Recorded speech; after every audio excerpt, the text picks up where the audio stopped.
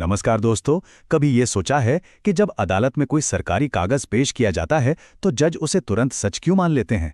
देखिए, इसके पीछे कोई जादू नहीं है, बल्कि एक बहुत सोचा समझा कानून है।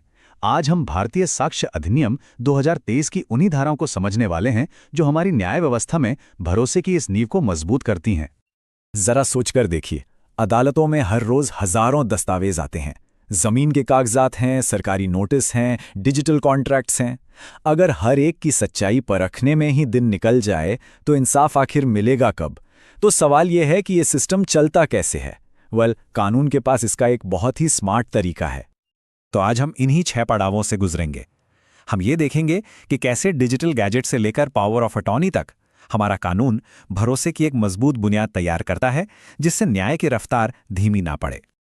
तो सवाल पर वापस आते हैं कि अदालत भरोसा करती कैसे है। इसका हल कानून के एक बहुत ही दिलचस्प सिद्धांत में छिपा है।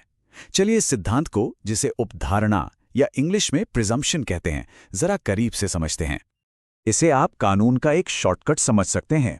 उपधारणा का सीधा सा मतलब है कि अदालत कुछ खास दस्तावेजों को पहली नजर में ही असली मानकर चलेगी, ताकि कार्रवाई में तेजी आए। हाँ, अगर किसी को उस पर शक है तो वो सबूत देकर इस मान्यता को चुनौती दे सकता है। ये बिल्कुल वैसा ही है जैसे हम डॉक्टर की डिग्री या उसके पद पर भरोसा करके उसकी लिखी दवा ले लेते हैं, है ना? ठीक वैसे ही अदालत कुछ आधिकारिक स्रोतों यानी ऑफिशियल सोर्स से आए दस्तावेजों पर भरोसा करती है, ताकि न्याय की प्रक्रिया तेजी से आगे बढ़ सके। तो भरोसे का ये सिद्धांत असल में काम कैसे करता है? चलिए इसका पहला उदाहरण देखते हैं, जो हमें सीधा डिजिटल दुनिया में ले जाता है, खासकर सरकारी दस्तावेजों के मामले में। लेकिन ये भरोसा अंधा नहीं होता। कानून इसके लिए 2 शर्तें रखता है।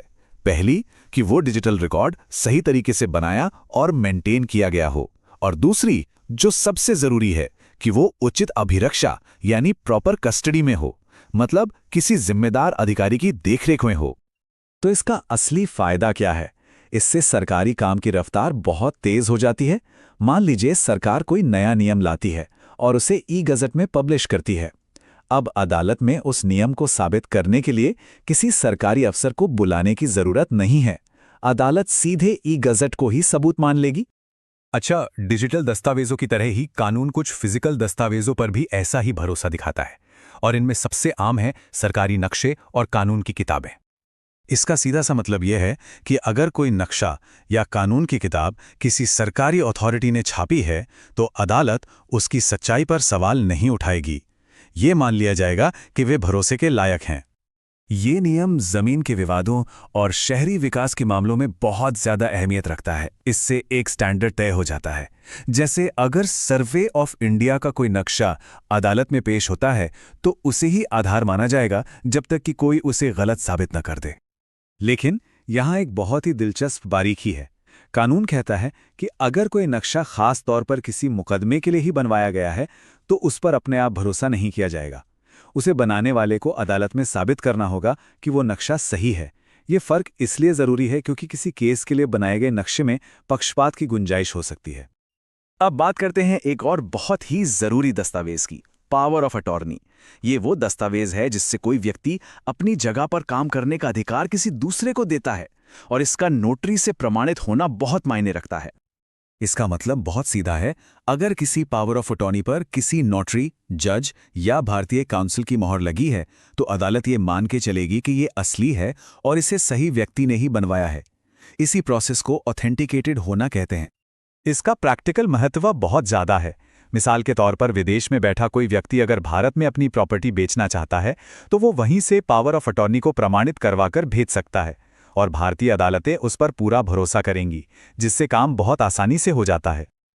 और अब हम उस क्षेत्र में आते हैं जो शायद हम सबकी जिंदगी को सबसे ज्यादा छूता है, वो है डिजिटल सिग्नेचर।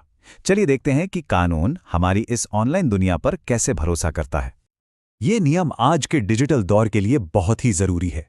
ये कहता है कि अगर किसी ऑनलाइन एग्रीमेंट पर 2 लोगों के डिजिटल सिग्नेचर हैं, तो ये उतना ही पक्का माना जाएगा जितना कागज पर किए गए दस्तखत। मतलब कानून ने डिजिटल सिग्नेचर को असली हस्ताक्षर के बराबर का दर्जा दे दिया है। असल में यही वो कानूनी भरोसा है जिस पर हमारी पूरी डिजिटल इकोनॉमी टिकी हुई है। ऑनलाइन शॉपिंग से लेकर बड़े बड़े बिजनेस कॉन्ट्रैक्ट तक इसी नियम की वजह से सुरक्षित हैं और कानूनी तौर पर मान्य हैं।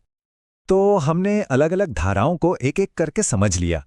अब इन सब को एक साथ रखकर देखते हैं और ये समझते हैं कि भरोसे का ये पूरा ढांचा असल में काम कैसे करता है।